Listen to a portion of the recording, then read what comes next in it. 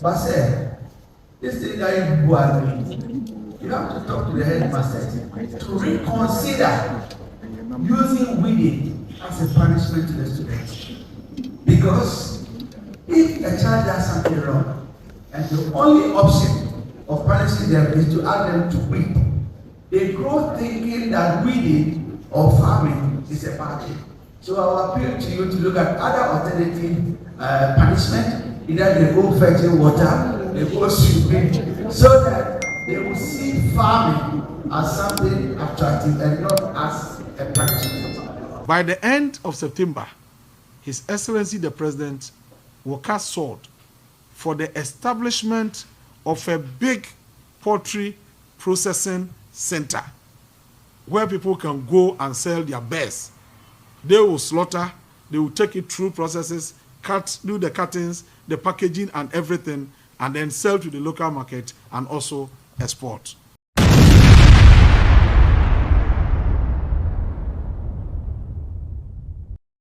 Another initiative Bako Ekoswa, and there's a big initiative. Julius Debra, a chief of staff at the Magana. Now, we a school farm initiative. Now, school farm initiative, you know, we Ghana Education Service. Say ye inculcate school for ni na, and ye senior high schools for ni na. Where umpo, ogwa kopasa say obedo. As they say do near the good, near the better. John the money Mahama say, and so inculcate is her idea way. And they say enkwala ni mo mutirimu because in benefoni here say we metie ka so men konkoda ha bedding. Mi atrado no. But say boys in a girls adona say no mus ade na kama emu eda. Oh, ebeboama Ghana, eat Ghana, grow Ghana and export Ghana no ebe possible. It is a agree business that John Dramani man person ye nyina.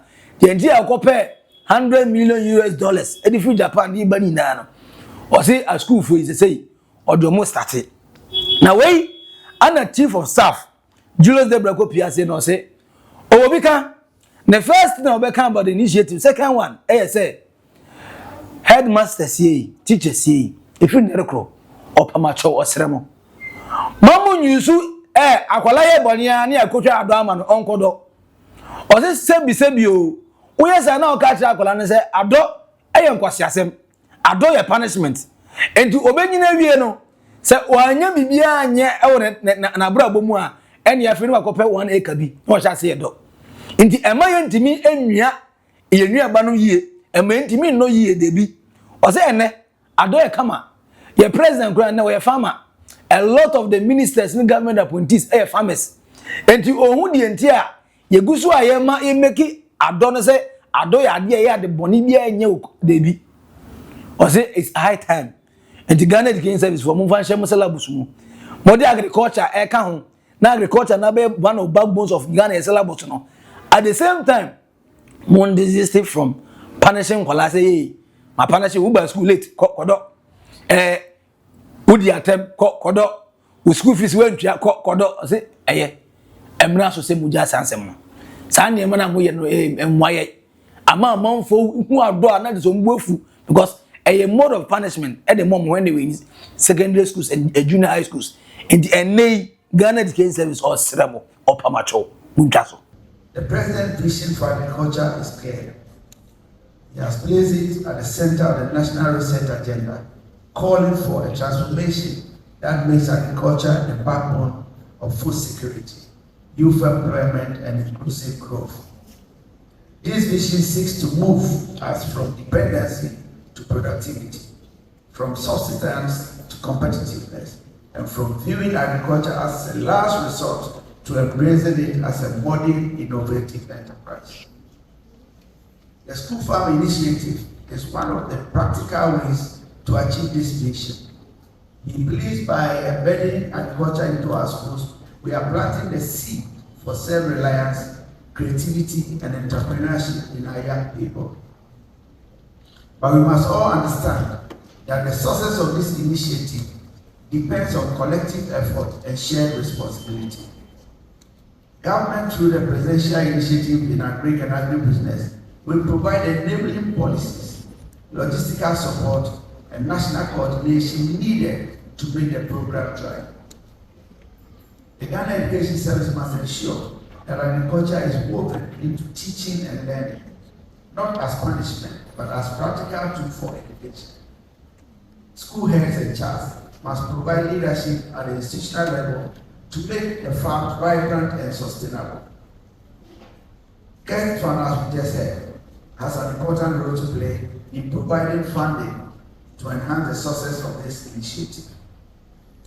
The National Service Authority, with their experience, is also expected to provide trained personnel, especially agricultural graduates, to support the management of the school farms. Equally, this initiative cannot succeed without the full support of our teachers and parents. I therefore call on NAGRAT, NAT, CCTGH, and all teacher unions to embrace this initiative, not as an additional burden, but as an opportunity to mentor students in practical skills and values that complement classroom learning. Teachers are at the center of shaping the mindset of our youth, and their commitment will determine the success of this school farm project. Parents must see school farms as an investment in their children's future, an investment that strengthens nutrition, reduces food costs, and equips students with lifelong skills. With the support of PTAs, we can make this initiative successful and sustainable. To our students, this initiative is an opportunity for you to gain experimental agriculture and entrepreneurial skills and knowledge that will not only prepare you for the future career, but also equip you to contribute to Ghana's food security agenda. On behalf of His Excellency the President, I want to assure you that the government is fully committed to this initiative. We see it as a legacy project, one that ties together education, agriculture, and youth empowerment.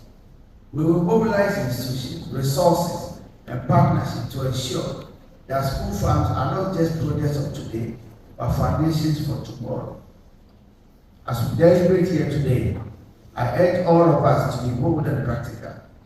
Let us ensure that school farms initiative becomes a source of knowledge, food security, and inspiration for both our schools, students, and nation.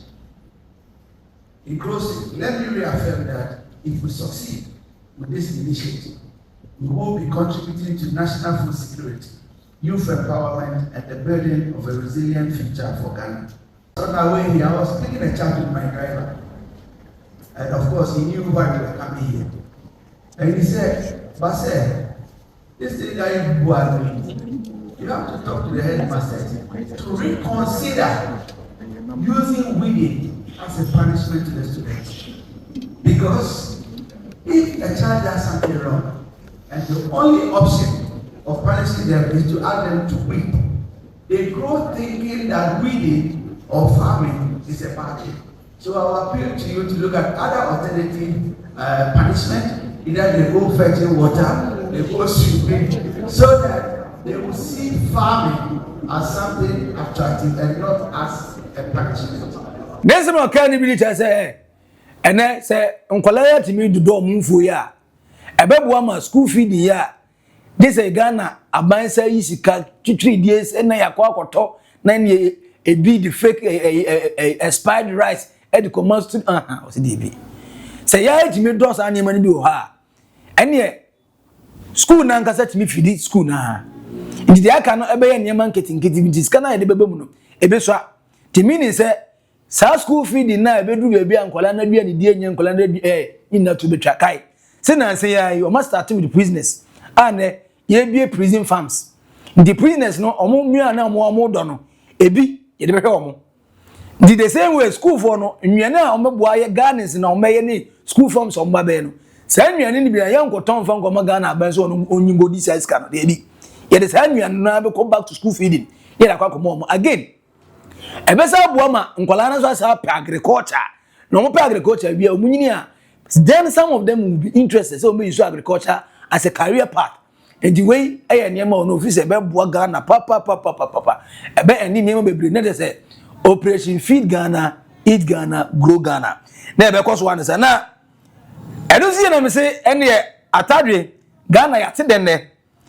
Then go here I was my friend is agric minister so here agric minister as was man the deputy papa your friend John Dumelu actor no papa ni there after so be we opposing the clan he say acting is the farming account ten commercial farmer papa na say okoto school by school ni na no na yes lunch here and then e ba be lunch and ye onamahafo onambono region onambunu east obe wie mu ene emprempre odu Ashanti region na bo so ni Dr. Makoyene nam almost all the Ashanti region farming areas schools colleges senior high schools and involve am na edo no na we no che say the way I won hu say ye duaduane ma no ba next year de aduane bebu from December ko we Ghana ni ada say nnuane a yesu bebrebe na nnuane boy adio ye ntene ma so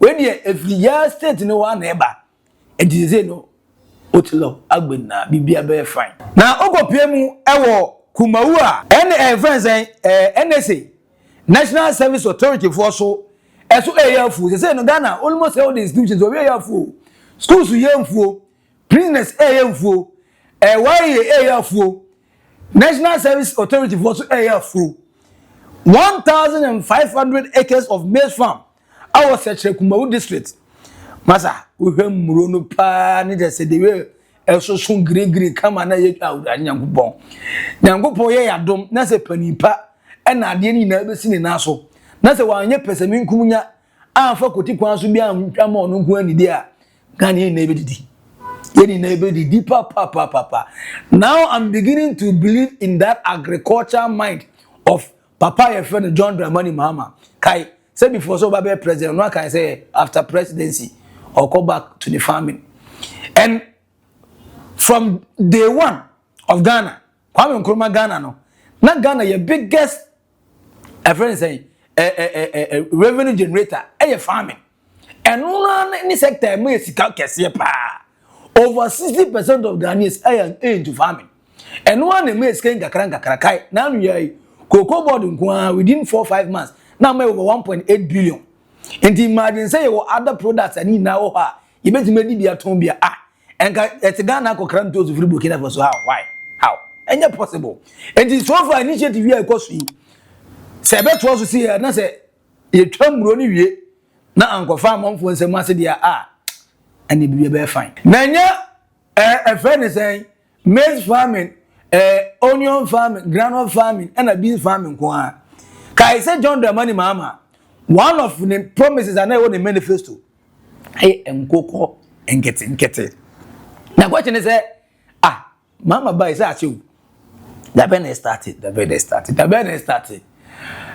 Eriko Poku honorable oye the agric minister say Ghana for cash them say by the end of September they are launching nkoko nkete na John Dramani Mahama one of the initiatives say obeye poultry processing plant kakraka they say yebenya fertilizer plant Ghana ha yenu ya yebenya AI agric power hub Ghana ha at the same time nkoko nkete no poultry processing plant enso kakraka Ghana na say almost yankoko no why dey nkoko no nkete ni bi ma wa betima ye awie obeton a wo de ba factory ho no makunu factory ho asiese no factory ho aton bia ma yen Ghana ha ndine say nkoko force ye be stop ni say who termination galore minim esa na Kennedy compare ko Japan mo na mo only big a friend is saying a cold stores no o me fa Ghana ha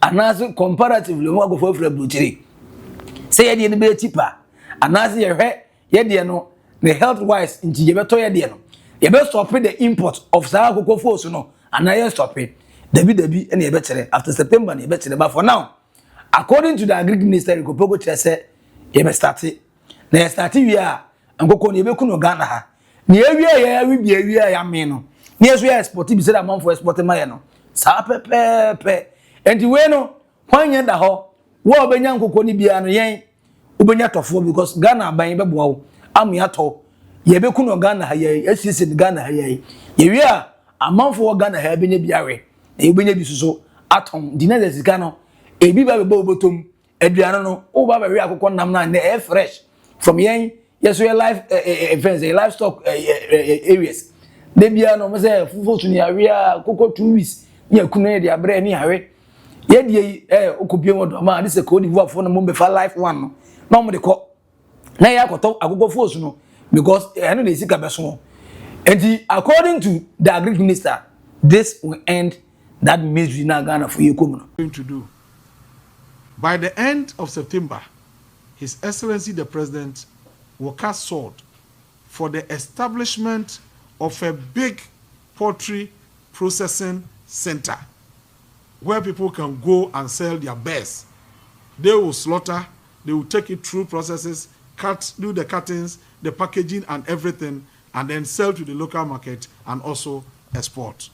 That factory the sword cutting will happen at the end of the month, and within a space of 7-8 months, the big factory will be in place.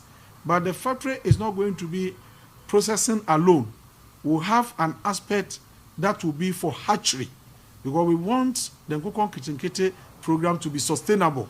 So they will produce the best. In fact, we are not going to distribute day-old chicks. We are keeping them for 1 week. We want to take them through the vaccination process in order to reduce the mortality rate, because the people we are giving the best to are novice in the business. This is their first time. And so if you give them the old checks, it becomes very, very difficult for them to manage. And so we give them the day old checks, we give them the feed. We are also deploying veterinary doctors to go to the field to support them so that we can. When in Sema Ecosu, the agric side, John DeMello, deputy agric minister, Papa no enama all the senior high schools, any colleges are involved in agriculture. Ghana Bama Mokwa any sidly, ida more and the headmasters in charge per acres of lands be only a school for no much I said, don't you who say schools in baby. John DeMello, the deputy agric minister, was no more doc correct, come on, was no more church there, and Yamo Mudebia. Sabe Pepe, and I could be a chief of staff. Julius Debra say, emrasun, say a Cassiquio, Juma Sombo, Juma Messica, because Ogo Bruchida, Scafo, I will bruch the param, Quafo. And then the effort organic farming, what about my 1 acre, Usika, Brook, Coco, Nibia, and Chen, a good Nibia crown rule. Now, so yet, the man is a form of punishment. Okoda a punishment, I call like being no on Pepe, on pet. I'm a question in and say, I didn't know the Ghana, you only says agric training college. I didn't know the want any news and for Ghana, the agric college.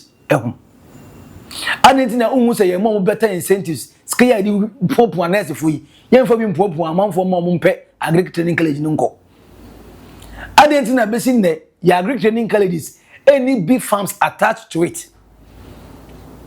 I didn't know Ghana cry any state farms. And Ghana said maybe a trim, no copium with Jira, they were a Jira farms and a Ghana Diano.